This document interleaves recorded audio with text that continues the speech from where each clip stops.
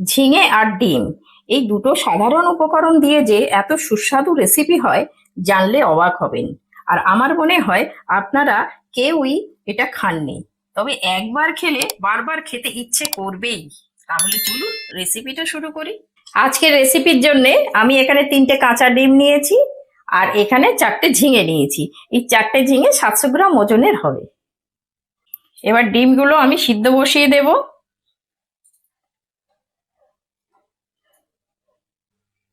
এবার এই ঝিঙেগুলোকে কেটে নেব। আচ্ছা, প্রথমে এই ঝিঙের দু সাইডটা একটু কেটে বাদ দিয়ে দেব, দিয়ে একটা এরকম পিলার নেব। এই পিলারের সাহায্যে একটু ছাড়িয়ে নেব। আর এটা এই ঝিঙেটা চেষ্টা করবেন যে একটু কচি নিলে এই রেসিপিটা খুব ভালো হয়। এইভাবে আমি আস্তে আস্তে করে সবগুলো ছাড়িয়ে নেব। ঝিঙেগুলো ছাড়িয়ে ধুয়ে নিয়েছি। এবার ঝিঙেগুলোকে কেটে নেব। আগে এইভাবে আমি লম্বা করে এইভাবে ছোট করে নিলাম, নিয়ে এইভাবে একদম 2 টুকরো করব। এইরকম বড় বড় করে কাটবো আমি। একটু সমান করে কেটে নেওয়ার চেষ্টা করবেন। ঝিঙেগুলো আমি সবগুলো কেটে নিয়েছি। আজকের রেসিপিতে এইরকম ঝিঙেগুলো একটু বড় সাইজের করে কেটে নেবেন। বড় করে কেটে নিলে রান্নাটা খুব ভালো হবে। এখানে একটা মিক্সির জার নিয়েছি, আমি একটা পেস্ট বানিয়ে নেব। এখানে পেঁয়াজ নিয়েছি একটা, এটা একটু বড় সাইজের পেঁয়াজ, এটাকে কেটে নেব একটু ছোট ছোট করে।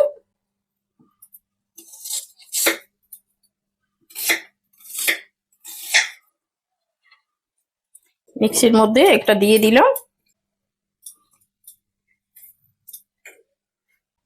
এখানে হাফ ইঞ্চি আদা নিয়েছি, এটাকে একটু ছোট ছোট করে কেটে দেব।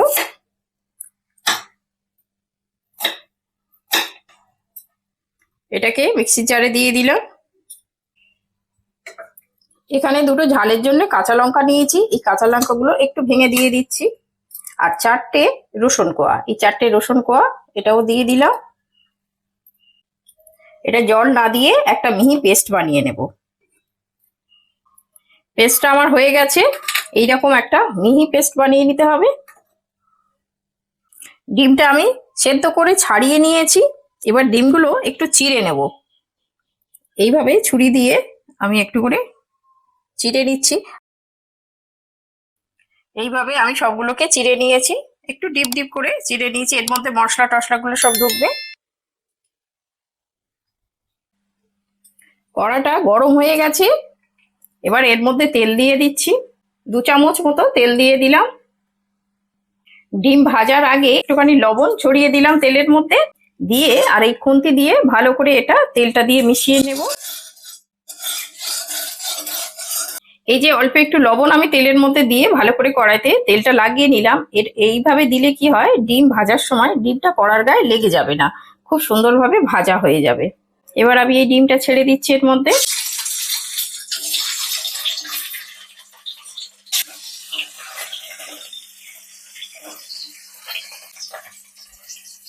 ডিম সবসময় হালকা করেই ভাজতে হয়, বেশি কড়া করে ভাজলে খাবার সময় ভালো লাগবে না।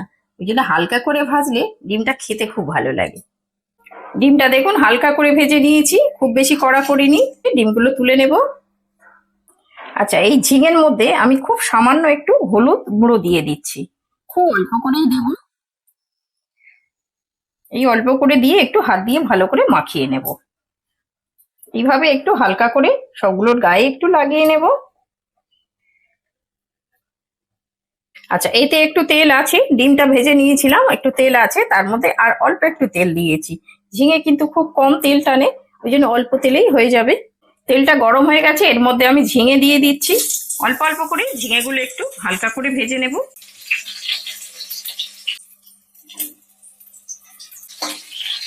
এটা একটু হালকা করে একটু ভেজে নেব। ঝিঙেটা একটু হাই হিটে ভেজে নিতে হবে, না হলে এই ঝিঙেটার থেকে কিন্তু জল বেরিয়ে যাবে, ঝিঙেটা ভালো ভাজা হবে না।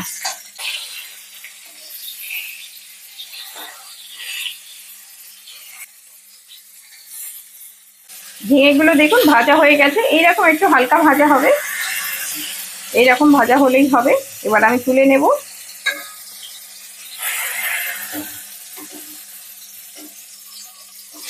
ওই তেলে আমি বাকি ঝিঙেগুলোও ভেজে নেব।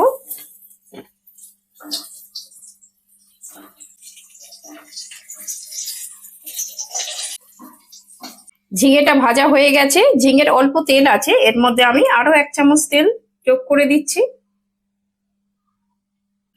এবারে তেলে একটু ফোড়ন দেব। ফোড়নের জন্য এখানে দারচিনি নিয়েছি, 2টো এলাচ, 4টে লবঙ্গ আর একটু গোটা জিরে, এটা আমি ফোড়নে দিয়ে দেব। ফোড়নটা হয়ে গেছে, ফোড়নটা সুন্দর একটা মিষ্টি গন্ধ বেরিয়েছে। এবার যে মিক্সিতে আমি যেটা করেছিলাম পেঁয়াজ, আদা আর রসুন, এটা আমি দিয়ে দিচ্ছি এর মধ্যে।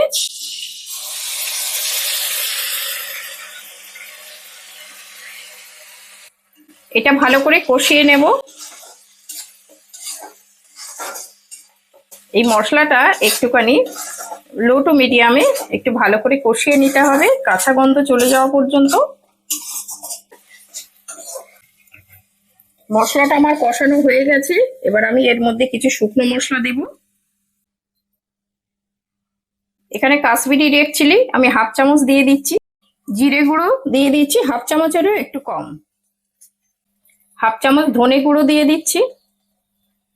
আর একদম সামান্য করে হলুদ গুঁড়ো দিচ্ছি, খুব কম, এটা কিন্তু খুব একটা কালার হবে না, একটু সাদা সাদা হবে, তো সামান্য একটু হলুদ গুঁড়ো দিয়ে দিলাম। এই মশলাটা ভালো করে কষিয়ে নিতে হবে। একটু সামান্য জল দিয়ে দেব। সামান্য জল দিয়ে এই মশলাটা কষালে মশলাটা ভালো কষা হয়।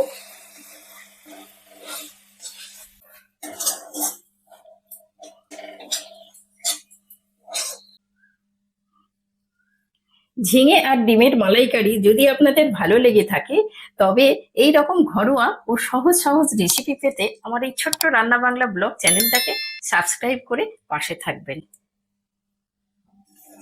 মশলাটা আমার কষানো হয়ে গেছে, তেল ছেড়ে দিয়েছে।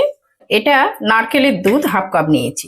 এই নারকেলের দুধ যদি আপনাদের হাতের কাছে না থাকে, তাহলে লিকুইড দুধ বা পাউডার দুধ গুলে 1/2 কাপ দিতে পারেন। এই রান্নাতে কিন্তু একটু দুধ দিলে তবে রান্নাটা বেশি ভালো হবে। এই দুধটা দিয়ে মশলার সঙ্গে ভালো করে মিশিয়ে নেব। আর এই সময় গ্যাসের আঁচটা কিন্তু একদম কমিয়ে দিতে হবে, না হলে এই দুধটা ফেটে যাওয়ার চান্স থাকে। আচ্ছা, এই বাটিটা ধুয়ে আমি আরেকটুখানি জল নিয়ে এর মধ্যে দিয়ে দিচ্ছি। এই বাটির গায়ে লেগেছিল, নারকেলের দুধটা একটুখানি দিয়ে দিলাম। এটা একটু মিশিয়ে নিচ্ছি।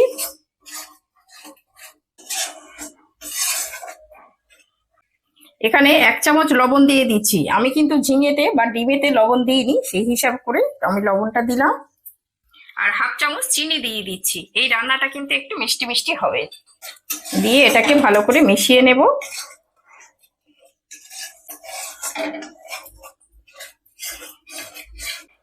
এই যে সুন্দরভাবে কষিয়ে নিয়েছি নারকেলের দুধটা দিয়ে, আর একটু কষিয়ে নিয়েছি, নিয়ে আমি এতে একটু জল যোগ করে দিচ্ছি।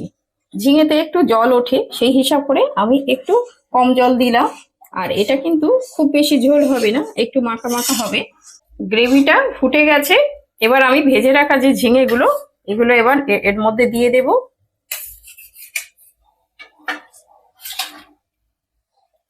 ঝিঙের মধ্যে দেখুন কতটা জল উঠে গেছে, ওই জন্য ঝিঙের সবজিতে অল্প করে জল দিতে হয়। ঝিঙেটা ভালো করে মিশিয়ে নিয়েছি এই গ্রেভির সঙ্গে। এবার যে ভেজে রাখা ডিমটা, এটাও দিয়ে দিচ্ছি। এবার ডিমটাও ভালো করে মিশিয়ে নেব এর মধ্যে। উপর থেকে একটু গরম মশলা ছড়িয়ে দিচ্ছি। আর এর উপর থেকে 2টো কাঁচা লঙ্কা, 2টো পাকা লঙ্কা একটু মুখ চিরে এর উপরে দিয়ে দিলাম।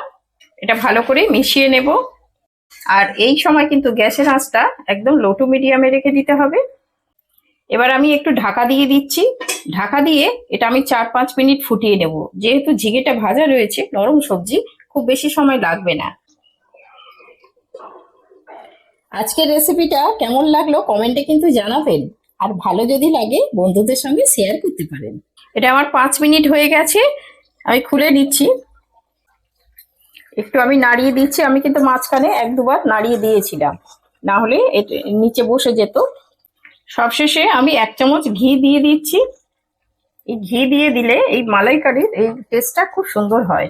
দেখুন কত সুন্দর হয়েছে। আর এই ঝিঙেটা দেখেছেন একদম নরম হয়ে গেছে। দেখুন কত সুন্দর হয়েছে, দেখেই বুঝতে পারছেন। এইভাবে একবার বাড়িতে অবশ্যই বানিয়ে খেয়ে দেখবেন, সবার খুব ভালো লাগবে। এই নাও, আজকে তোমার একদম প্রিয় রান্না করেছি একটা। প্রিয় রান্না তো আমার চিংড়ি মাছের মালাইকারি।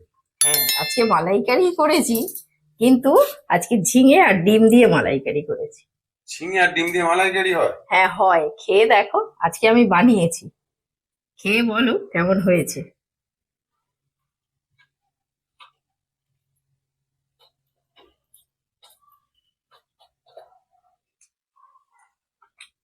কেমন হয়েছে বলো। খুব সুন্দর টেস্ট হয়েছে।